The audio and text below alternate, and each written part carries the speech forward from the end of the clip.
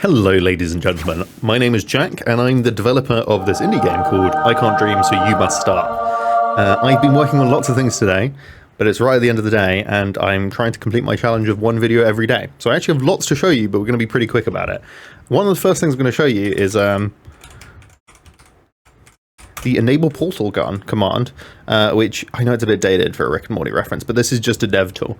It's actually going to help us a lot because right now we're outside in the tower defense game that you can check out in days 2 and 1, I believe.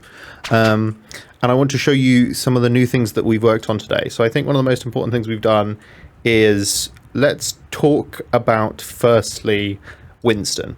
So Winston is fantastic. He has his little animation here and he picks up his radio. And the radio is part of the Gnomish Inquisition quest.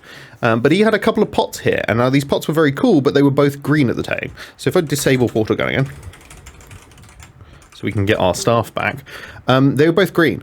You can actually have an infinite number of colors of pots now and craft them in your home base. And they're still breakable because what I've done is I've grayscaled them and then I've converted them into a reusable asset, basically. Let me show you a little bit more about that. So let me show you all the colors of the prefab that you'll go to. If I go to spike trap test, this is all the colors that you can totally have at the moment for building inside of the base. We can have more later and we can add more designs as well. But this gives us an option to basically have anything we want. Also working on new traps for the dungeon floors, so subsequent floors like 2 and 3. We've got this one here, which is a pop-up spike one. Oh god, yeah. And as you can see, you can get hit by them when you walk into them. They're interesting because you can also lure enemies into them. Lure enemies into them if you walk into them. They've got a substantial knockback, but I quite like them. Okay, let's move on to the next area that I want to talk about. Let's talk about laser gnome test. I'm sure you guys are sick of laser gnomes, but there's new indicators and new scaling on this.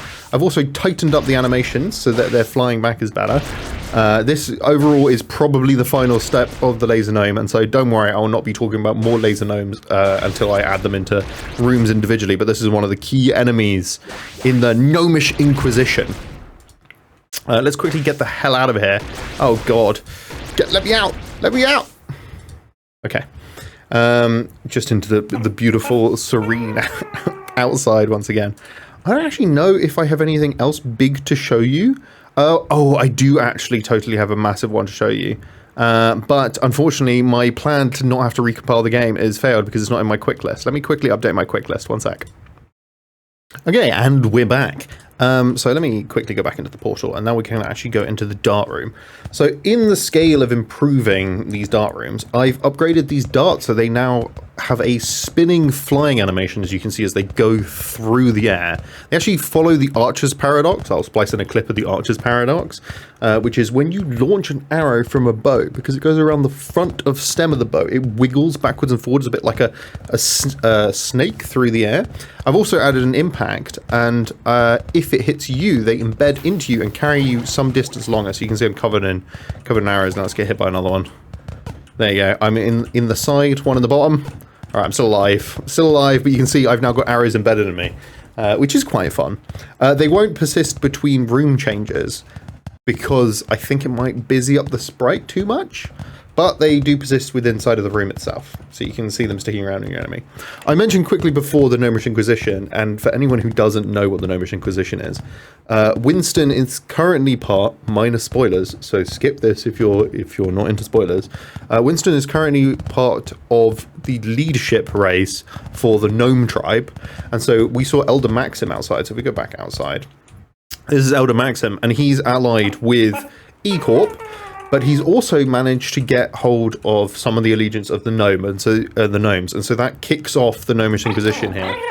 So disable portal gun. I need to be able to actually shoot Elder Maxim.